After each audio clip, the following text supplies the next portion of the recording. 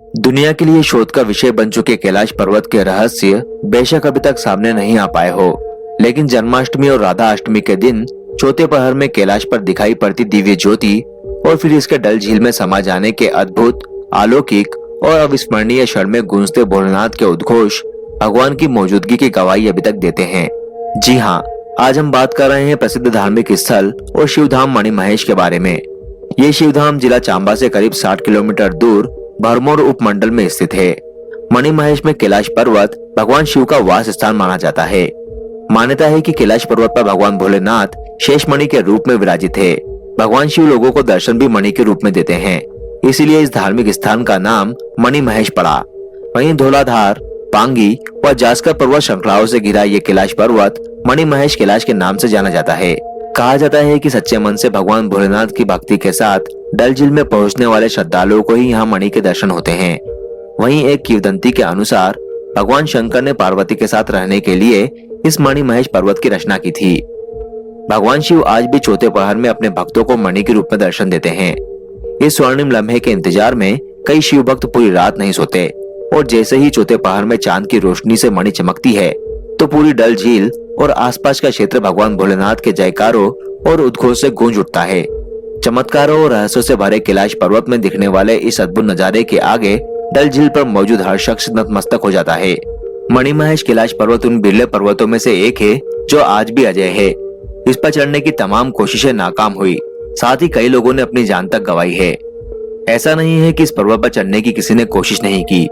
कईयों ने शिव के इस स्थान तक पहुंचने की कोशिश की, लेकिन वे कभी वापस नहीं लौट पाए। वे कुछ ही दूरी पर पत्थर के बन गए या फिर उनके साथ कुछ अनहोनी हो गई। इस संबंध में कई चर्चित रोचक किस्से हैं। जिसने भी इस पर्वत पर चढ़ने की कोशिश की, या तो वो पत्थर में तब्दील हो गया या फिर भूस्खलन की चपेट में आने की वजह से उसकी मौत हो गई। जिन्होंने चढ़ने का असफल प्रयास किया, उन्होंने नतमस्तक होकर फिर कभी इसे फतेह करने के बारे में नहीं सोचा। लेकिन अब सोशल मीडिया पर एक वीडियो जमकर वायरल हो रहा है, जिसमें एक युवक खुद को झारखंड निवासी मिथुन शर्मा होने की बात कहते हुए मणिमहेश की ऊंची चोटी को फतेह करने का दावा कर रहा है।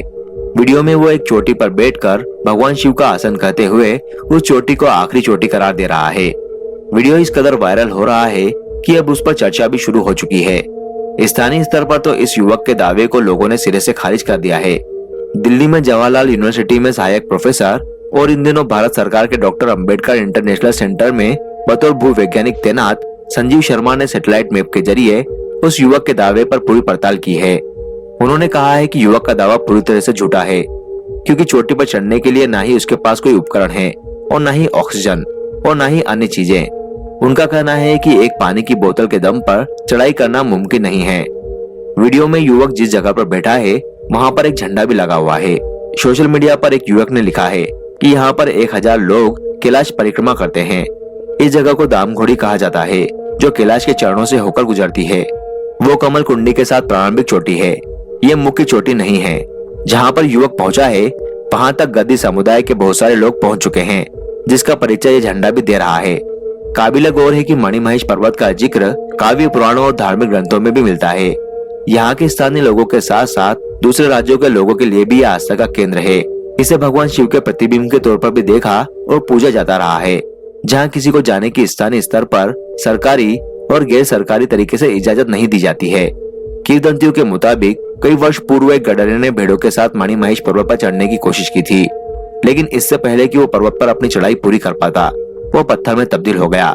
इसी तरह एक कहानी के अनुसार एक कौवे तथा सांप ने भी पर्वत के शिखर पर पहुंचने की कोशिश की थी, लेकिन वे भी पत्थर के बन गए। साल 1968 में भारतीय और जापानी दल की तरफ से पर्वत पर चढ़ने की कोशिश की गई थी, लेकिन ये भी संभव नहीं हो पाया और ये दल अपने प्रयासों में असफल रहा था। मणिमहेश पर्वत आज भी सबके लिए रहस्य बना हुआ है और इस पर चढ़ने से अदृश्य ताकतें इंसानों को रोक देती है।